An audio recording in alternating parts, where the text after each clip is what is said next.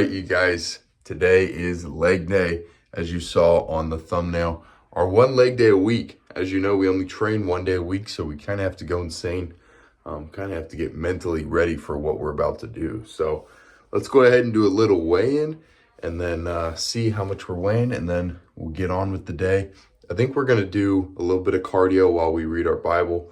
That's something I've been doing the last week or two, just because usually I just sit there for 20 or 30 minutes reading my Bible when, I could be, doing cardio as well. And on the recumbent bike, it's not too intense to where I can't really focus. So we've been doing that, which kind of kills two birds with one stone.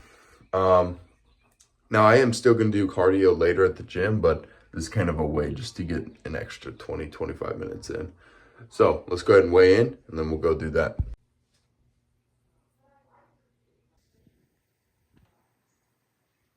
All right, so 210. I think we're actually down. We're at 215, I think, the last time I filmed. That was really the last time I actually weighed myself. So down 5 pounds, which is good. And it's even better because we're doing cheat meals on the weekend. So it's kind of reassuring to me that I can keep my cheat meals up and still be losing weight. So I'm thinking another week or two, and we should be, pretty diced, at least to a level where it's manageable and where I can, maybe increase my calories by like a couple hundred and just kind of maintain the physique. And also still do my cheat meals. So that's kind of the goal, is like shred down. And then once I get to like kind of a desired leanness, a desired body fat percentage, kind of just ride that out for the summer and maintain it. So pretty close, 210.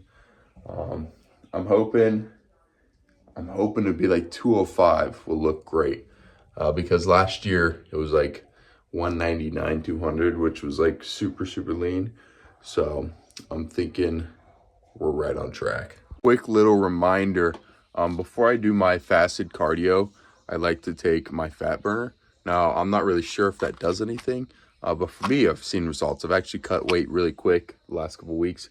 So maybe try doing that. Use your Phoenix fat burner if you have it. If you don't have it, go use code Riley at legionathletics.com. The link is down in the description, and use code Riley, and you can get 20% off your fat burner, 20% off your first order in general. So go support me there. Go support yourself there, most importantly. So let's go ahead and take this, and then we're going to get upstairs and do our cardio.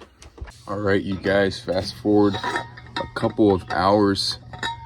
This is our pre-workout meal. Figured I would just show you guys and eat and maybe talk about something. So starting out, we got this pump surge from Legion. Like I said earlier, code Riley at legionathletics.com, link in the description.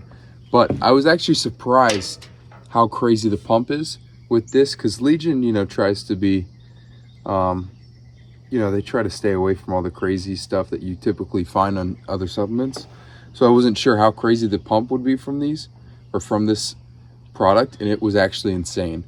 I've been using it for the last week and a half, and it's been awesome.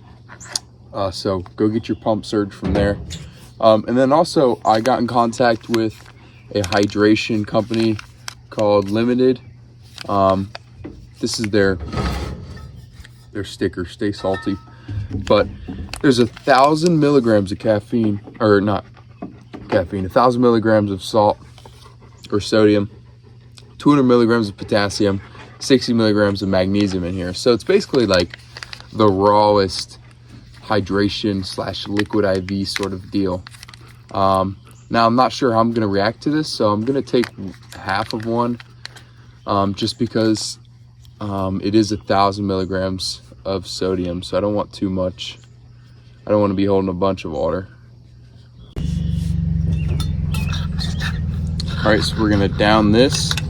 I'm supposed to drink the pump stuff like 30 minutes beforehand, so we'll start sipping on that now, and then should be good by the time we get in the gym. And then here we have oatmeal. We got 40 grams of oatmeal, which is a serving size, and then we have a little bit of sweetener, We have a serving of the PB Fit 2 or whatever it is, peanut butter powder, which is like 13 grams or something like that. And then a little bit of sugar-free syrup, and we did 17 grams of that. So these are the only carbs that I'm intentionally eating right now. And outside of that, we get a little bit of carbs here and there throughout the day from just various things. But this is like the only like carb source that I'm intentionally eating. And I might start doing maybe like a potato or something just for the potassium instead of these.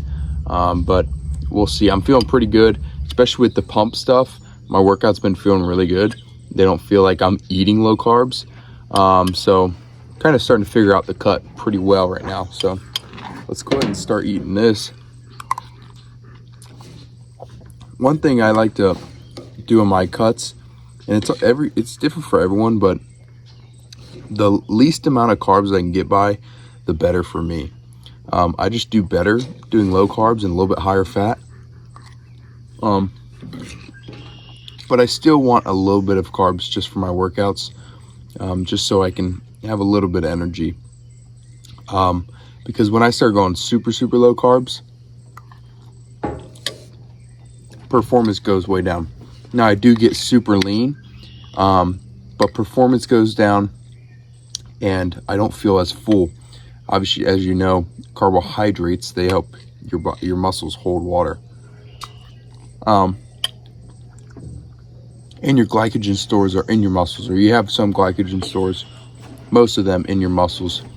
So when you eat carbs, especially if you can plan it out right, you can still be low carb or somewhat low carb and, reap the benefits of the carbs when you do have them. And I actually, when I do my cheat meals on the weekends, I'll do one cheat meal, which is basically a cheat meal and then like dessert and stuff the rest of the night. And when I eat those carbs, man, my body freaks out. And I almost get more of a food hangover from my cheat meals than I would if I were to have drank. It's kind of weird. So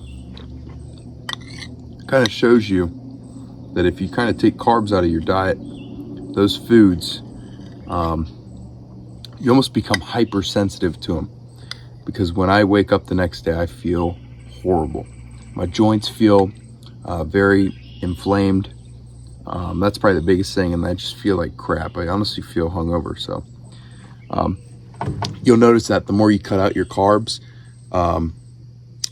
you'll feel your energy levels will feel steady throughout the whole day. And when you do consume carbs, your body reacts so tremendously. If you consume the right amount, like I am right now, it's like my body's going to use it. But if I were to eat a whole pizza right now and some ice cream or donuts, man, my body freaks out.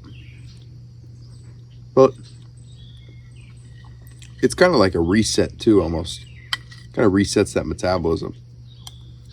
Because you got to think your body is basically in starvation mode when you're cutting. And what it's going to do eventually is it's going to stop metabolizing and it's going to stop burning as much calories because you are eating so little. So when you do have those cheat meals, they can actually do the opposite of what you might think. You might think, oh, you're eating a bunch of calories and those are going to be stored as fat. It's like, no. What those are doing is basically restarting your body. You're given a bunch of calories that wasn't expecting.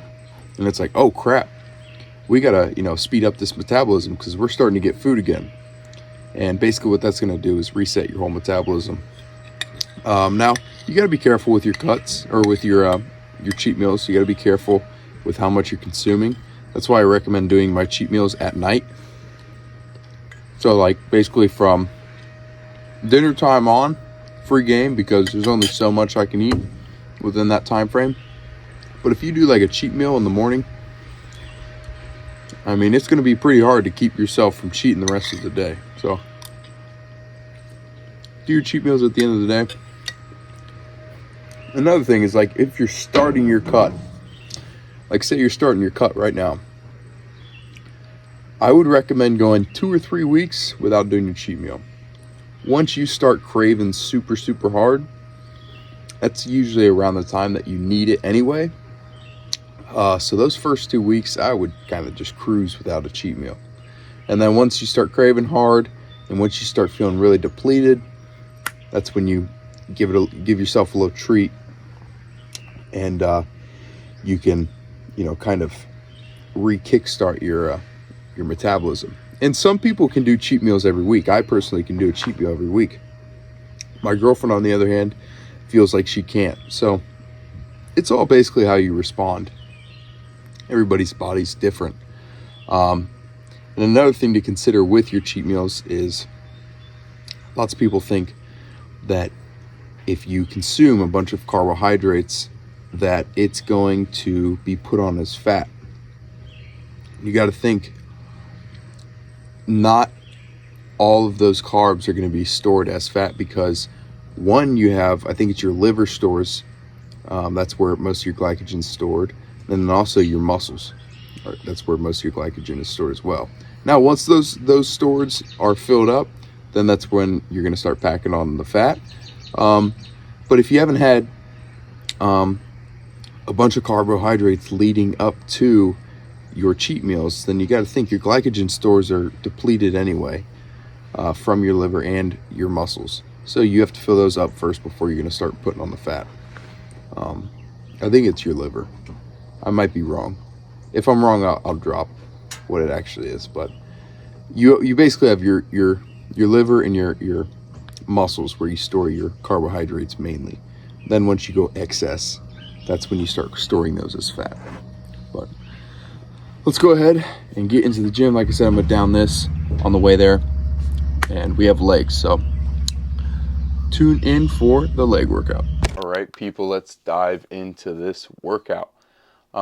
As you know, and if you've watched my other leg days, we only train legs once a week. That's just because we, after we got hurt, we slowly rehabbed back, and then slowly introduced legs again. So I was doing legs once a week, and from that I was seeing pretty decent gains. I was able to not only see gains, but I felt like I was sufficiently hitting my legs enough each week. So I just kind of kept it there. Obviously I've kind of brought the intensity up a little more, because I do want to still grow my legs. Now I don't want to necessarily have massive legs, but when I'm doing one leg day a week, I do go pretty insane, just because it's okay, I don't want to have exponential growth and kill my legs every week with 2 or 3 workouts each week. But it's I'm gonna hit one leg day a week, I'm gonna hit it hard, and I just want to have legs that look good on my body. So that's kind of my philosophy right now towards legs. I know a lot of people just want absolute tree trunks, and I love having big legs. Thankfully I have some pretty good genetics and a pretty good work ethic for training legs, but my end goal isn't to have insane disproportionately large legs. So as you saw, we started with the leg curl. I've been doing those because I was doing leg curls at the end of the workout, which is one of my only hamstring movements, and I was cramping out too bad because of the workout beforehand was too intense. So I was okay, I'm gonna throw my ham curls in the beginning, make sure I can get those, just because they are usually the only hamstring movement I do. So I need to make sure I'm able to get them. So that's why we threw those in at the beginning. Also for the knee, the hamstring curls kind of help warm up the knee, get that ready for not only these leg extensions, but also when we get into the squat. As you may have saw, I put a plate under my butt here on these leg extensions. What that does, depending on where you put it, is emphasizes different areas and kind of plays with different tensions on the quad. For me, I don't like how most extension machines are at an angle back and also like kind of forward. So the quad isn't really stretched if you think about it. If you think about the most optimal thing, it would to be basically laying completely back, on your back with your quads like stretch all the way out and then locking them all the way forward. I don't know why there isn't a lay down quad machine. But that's kind of what I'm doing here is I'm just kind of bringing my butt up a little more to let the quads stretch out a little bit better. I just don't like being hinged at the hip super far forward, if that makes sense. And also, if you move it up towards like the crease of your knee, that's going to stretch out the top of that quad a lot more. So maybe something to try. It just feels good for me. And then moving on to squat. We always murder squat. Thankfully, squat's been feeling good. You know, the first couple sets take a little minute to like warm up and feel out and, you know, get the hips and the knee going. But once I get it going, I've been able to like murder squats lately. And thankfully, I've been actually like getting stronger on my squat, even though we're in the cut. So that just shows you like if you have the right mindset, you're eating how you're supposed to, and hydrating obviously, and just prepared for the workouts. There's a chance that you can build muscle during a cut. So these have been feeling crazy good. With these, it's like I'm just gonna go all out. And as you saw, it was like the third movement I did. So I'm going to murder these out. I've already hit quads, already hit hamstrings. Now it's squats. It's like I can murder these out. And if I can't do any more after this, then I'm good because I've done everything.